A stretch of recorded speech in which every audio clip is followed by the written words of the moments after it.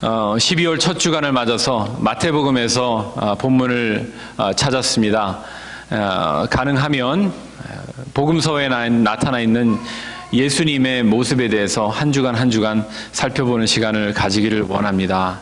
마태복음의 주된 목적은요, 이 예수님의 제자 마태가 유대인들에게 전하는 그런 복음이었어요. 그러면서 예수님의 어떤 모습에 중점을 두었는가 하면은요, 예수님의 왕이신 예수님 모습에 Jesus as King, 그 모습에 포커스를 둔 그런 복음이라고 볼 수가 있습니다. 베들레헴에는 석회암이 많이 있다고 합니다. 석회암이면은 좀 부드러운 그런 돌이죠. 돌처럼 생겼는데 팔 수 있는 그런 돌이에요.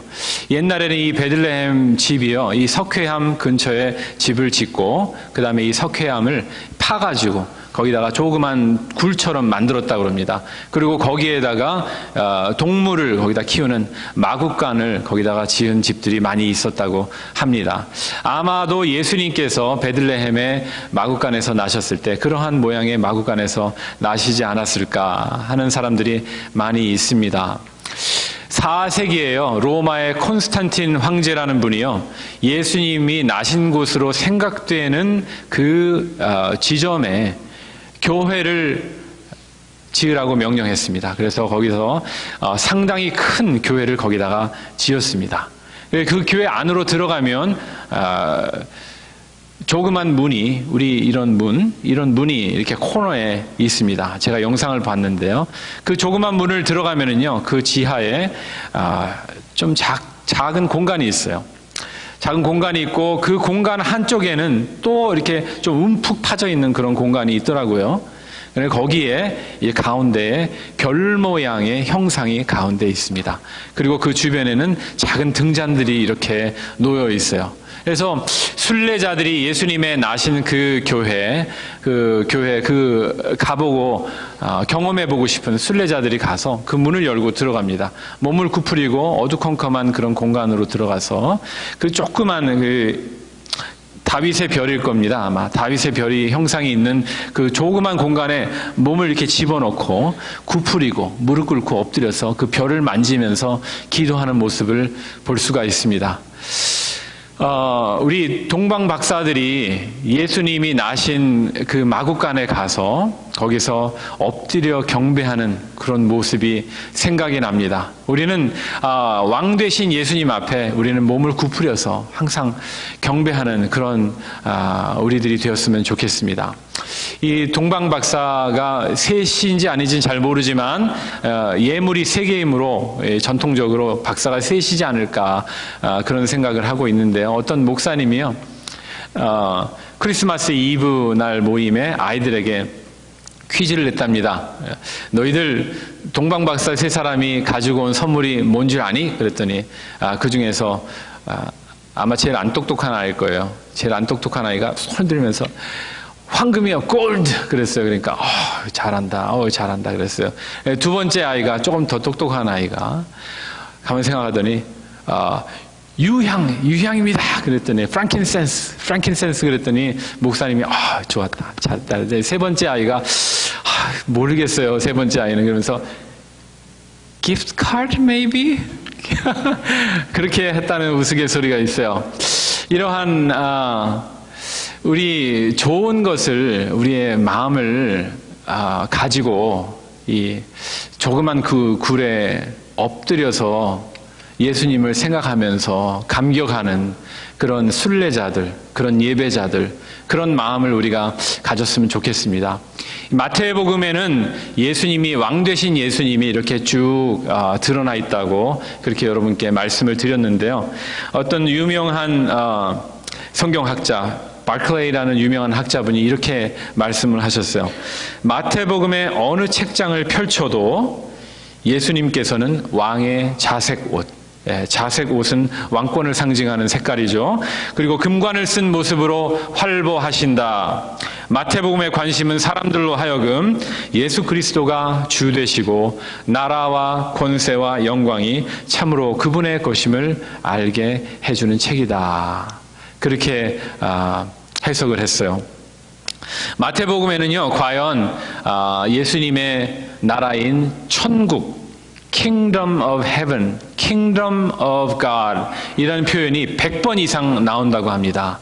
천국이라 그러면은 우리 예수님의, 우리 주님의 나라죠. 그리고 주님은 천국의 왕이 되신 분이죠. 주님은 이 천국의 왕이시고 만왕의 왕이시고 모든 사람들에게 왕이 되어야 되는데, 이 시간 여러분에게 드리는 질문, 제 스스로에게 하는 이 질문 하나는 이것입니다. 예수님께서 나의 왕이신가? 예수님께서 나의 보좌에, 마음의 보좌에 앉아 계신가? 과연 예수님께 내 모든 주권을 나는 과연 드렸는가? 하는 그런 질문을 우리 스스로에게, 자신에게 해보시는 그런 시간이 되었으면 합니다. 예수님 오셨을 때, 아기 예수 때부터 예수님 십자가에 달리실 때까지 예수님을 왕으로 생각한 사람들은 별로 없었습니다. 그 중에서 예수님을 왕으로 여기지 않은 대표적인 인물이 여럿 있지만, 오늘 그 인물 중에 두 사람의 예를 여러분에게 드리려고 합니다. 오늘 본문에는 나와 있지 않지만은 빌라도 총독에 대해서 여러분에게 말씀을 드리려고 하고, 그 다음에 오늘 본문에 나와 있는 헤롯 왕에 대해서 여러분에게 말씀을 드리려고 합니다. 왜냐하면은요, 제가 볼 때에 이 빌라도와 같은 그런 마음이 우리 안에도 있고, 그 다음에 이 헤롯 왕과 같은 그런 마음이 우리 안에도 있습니다. 이 두 사람은 다 예수님을 왕으로 받아들이지 못한 사람들입니다. 시대적으로는 물론 헤롯 왕이 먼저이고, 그 다음에 빌라도 총독이 나중이지만은 이 전개를 위해서 빌라도 총독에 대해서 먼저 여러분에게 말씀을 드리려고 합니다. 빌라도 총독도요, 세상에서 치면은 결국 왕입니다. 왕. 로마에서 유대 땅을 다스리기 위해서 총독을 파견했습니다. 옛날에 우리 일제시대 때 조선 총독부처럼 총독을 파견했어요. 그래서 로마 시민 중에서 이 빌라도라는 사람을 지명해가지고 이 로마를 다스리게 보냈습니다. 권력이 대단하죠. 그런데 이 사람은 로마 사람이기 때문에요, 유대인의 왕이 누가 되든지 그들이 왕 자리를 놓고 다투든지 말든지 그들은 빌라도는 관심이 없었습니다. 관심이, 한마디로. 여러분 그 대화 기억나시죠? 사람들이 예수님을 데리고 와서 빌라도 총독에게 고발을 합니다. 이 사람이 왕이라고 하는데 우리는 이 사람이 왕이라는 사실을 받아들일 수가 없습니다. 자칭 왕이요 그리스도라고 하는데 우리는 이 사람이 주장하는 게 신성모독이라고 생각하기 때문에 우리는 이 사람을 처형해야 된다고 생각을 합니다. 그랬더니 빌라도가 하는 말이 예수님에게 네가 유대인의 왕이냐? 그렇게 물었단 말이죠. 분명히 사람들은 이 사람이 이 자칭 왕이라고 했는데 이 빌라도 총독은 유대인의 왕이냐, 너희들의 왕이냐, 그렇게 물었다는 거예요. 그러니까 예수님께서 그렇게 대답하셨죠. 내 말이 옳도다. 네가 한 말이 옳다. 그렇게 예수님께서는 말씀을 하셨어요. 직접적으로 혹은 간접적으로 자신께서 이스라엘의 왕 되심을 그렇게 선포를 하신 거죠. 그런데 빌라도는 다른 사람들의 압력에 못 이겨서 예수님을 십자가 형장에 처형되도록 내버려 두었단 말이죠. 우리 안에 이 빌라도와 같은 그러한 마음이 있으면 우리는 이 마음을 내몰아야 됩니다. 어떤 마음인가 하면요, I don't care. I don't care about Jesus. 예수님이 나의 왕이 되든지 안 되든지 나는 그런 건 상관없어요. 예수님은 어떤 신실한 성직자들의 왕이 될 수 있겠죠. 그리고 예수님은 신실한 집사님들, 교회 일을 열심히 하는 그런 사람들의 왕이 될 수 있겠지만은, 기독교인의 왕이요 유대인의 왕이 될 수 있겠지만은, 나는 그냥 교회에 다니는 사람이에요. 나는 교회에서 하는 말 대략 나는 어그리 하는 사람이고, 나는 신자고 스스로 크리스찬이라고 얘기를 할 뿐이에요. 그러나 예수님께서 내 마음의 주인이 되시든지 나의 왕이 되시는 것은 나는 상관없는 일입니다. I don't care type of person. 그런 마음이 혹시나 우리 안에 있다면, 예수님이 나의 주인이 되시든지 말든지 나는 내 인생 살겠다, 그렇게 하는 마음이 혹시나 우리 가운데 있다면 우리는 이 마음을 버려야 되죠. 이런 빌라도 같은 사람들의 이 무관심이, 예수님을 왕으로 영접하지 않은 이러한 무관심이 예수님을 결국 십자가에 못 박았다는 말입니다. 두 번째, 오늘 본문에 나와 있는 헤롯 같은 그런 마음이 우리 안에 있는지 한번 스스로의 질문을 던져봅니다. 헤롯도 왕이었어요. 헤롯 대왕이었거든요. 헤롯 the Great, 헤롯 대왕이었어요. 그 사람은 에돔 사람이었어요. 이 유대 땅 바로 밑에 이두메라고 성경에 나와 있는데 에돔의 후예의 사람이었는데, 이 사람은 아주 권력가였어요. 그 아버지, 할아버지 때부터 유대 땅에 아주 큰 영향력을 가진 그런 사람의 그 가족에서 태어난 사람이거든요. 이 사람은 유대 사람들에게 인정받기 위해서 유대인 여자하고 결혼까지 했어요. 그래서 이제 이 나라는 내 것이다 하는 그런 사람이죠, 헤롯 왕은. 그래서 동방의 박사들이 와서 유대인의 왕이 태어난다고 하는데 그 어디서 태어났는 줄 좀 알겠느냐고 물어봤을 때 헤롯 왕은 패닉했어요. 패닉. 아니, 이 땅은 내 나라고 내가 여기의 왕인데 또 다른 왕이 어떻게 있을 수 있겠느냐 말이죠. 헤롯 왕뿐만이 아니라 온 예루살렘이 소동을 했다고 그랬어요. 이러한 마음이 이 시대의 교회 안에, 성도들 마음 안에 있는지 우리 스스로 질문을 해봐야 됩니다. 내가 나의 왕입니다.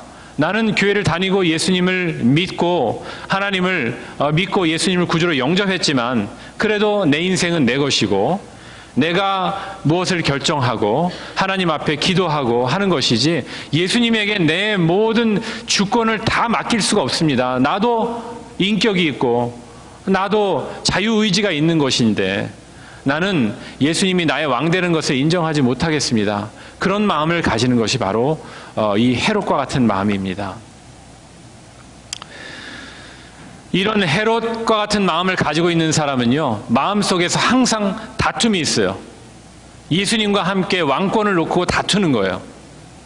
쉽게 말하면 내 고집대로 살고 싶고 내 하고 싶은 대로 살고 싶고 내가 계획 세워서 그것을 하나님께 기도, 하나님 들어주세요.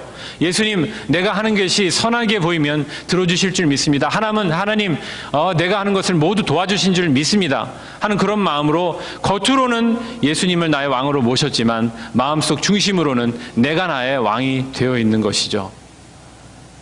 그런 마음이 우리 안에 있다면 우리는 여전히 예수님을 왕으로 모시지 못하는 사람입니다. 헤롯 왕과 같은 사람이에요. 헤롯 왕은 이 예수님을, 아기 예수를 왕으로 받아들이지를 못하고 그 싹을 죽이기 위해서 아주 베들레헴에 있는 남자아이들을 다 죽여버리라고 이렇게 명령을 내렸잖아요. 그렇죠? 왕되지 않게 하기 위해서. 그런데 이 헤롯 왕의 이 계략이 성공을 했습니까? 안 했습니까? 성공하지 못했죠. 하나님의 뜻은 계속해서 이루어지는 겁니다. 이 예수님은 애굽으로 무사히 피신하셨고 나중에 갈릴리에서 사역하시고 나중에 하나님의 뜻을 이루셨잖아요.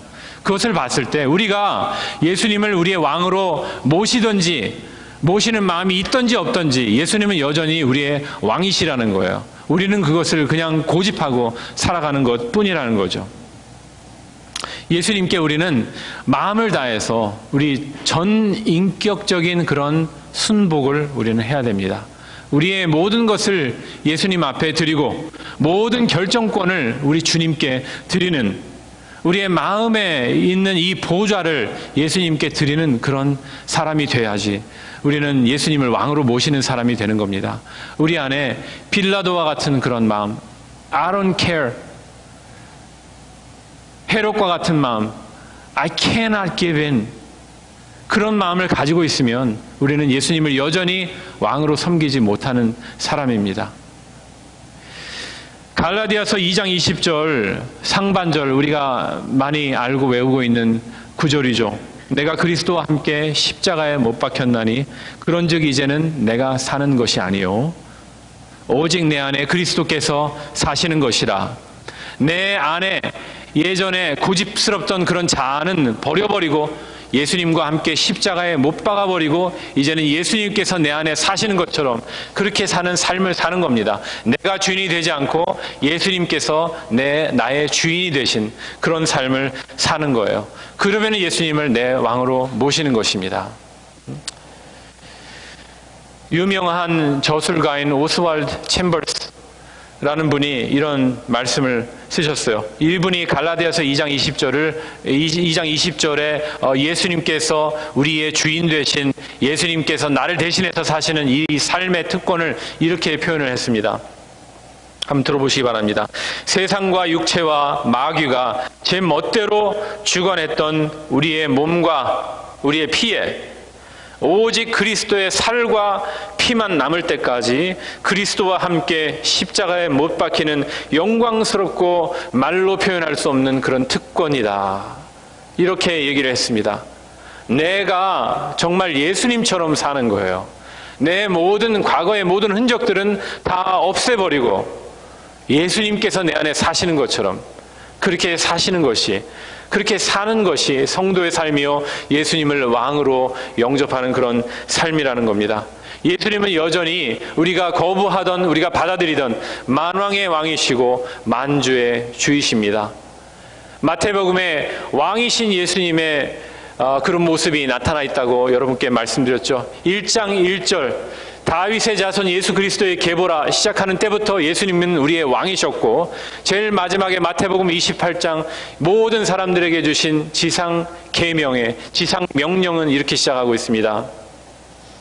하늘과 땅의 모든 권세를 내게 주셨으니, 예수님은 하나님으로부터, 성부 하나님으로부터 하늘과 땅의 모든 권세를 부여받으신 분이에요. 예수님은 우리가 이 작은 내가 왕으로 모시던 거절하던 그거와 상관없이 예수님은 만왕의 왕이시고 만주의 주이십니다. 우리는 그동안 내가 왕인 것으로 생각했어요. 내가 주인 것, 내가 나의 주인인 것으로 그렇게 생각을 했어요. 그래서 빌라도와 같이 그냥 예수님이 누구의 주인이든 왕이든 그런 거와 상관없이 우리는 내 뜻대로 살아왔고, 그 다음에 우리는 헤롯과 같이 예수님이 나를 지배하려고 하는 것을 그냥 밀어내고 예수님과 싸우는 그런 자아의 내면의 싸움을 우리는 해왔단 말이죠. 이 빌라도와 같은 자가, 이 헤롯과 같은 자, 나 같은 사람이 예수님을 십자가에 못 박았다는 말입니다. 예수님은 우리의 주인이시고 우리의 왕이신 분이에요. 우리는 살아가면서 이 생각을 늘 하면서 우리는 살아가야 될 것 같아요. 우리는 무슨 결정을 내릴 때 정말 두려운 거예요. 예수님이 기뻐하실까? 나의 왕이 이 일을 어프로브 하실까? 내가 그냥 너무 성급하게 하는 걸 아닐까? 그런 생각을 우리는 해봐야 돼요. 기도가 되지 않을 때는 결정하지 말아야 돼요. 감정이 앞설 때, 화날 때도 결정하지 말아야 돼요. 왜 그렇습니까? 감정이 앞서고 업셋됐을 때는 기도할 수가 없거든요. 기도하지 않고 어떻게 예수님의 뜻대로 할 수 있다고 우리가 단언할 수 있겠어요?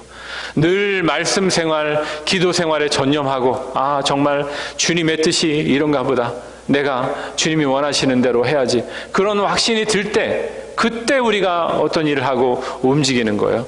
하나님께서 지속적으로 동일한 응답을 우리에게 주실 때 우리는 그 예수님의 주님의 응답을 신뢰하고 그렇게 살아가는 거예요. 그게 예수님을 주로 영접한 그러한 삶이에요.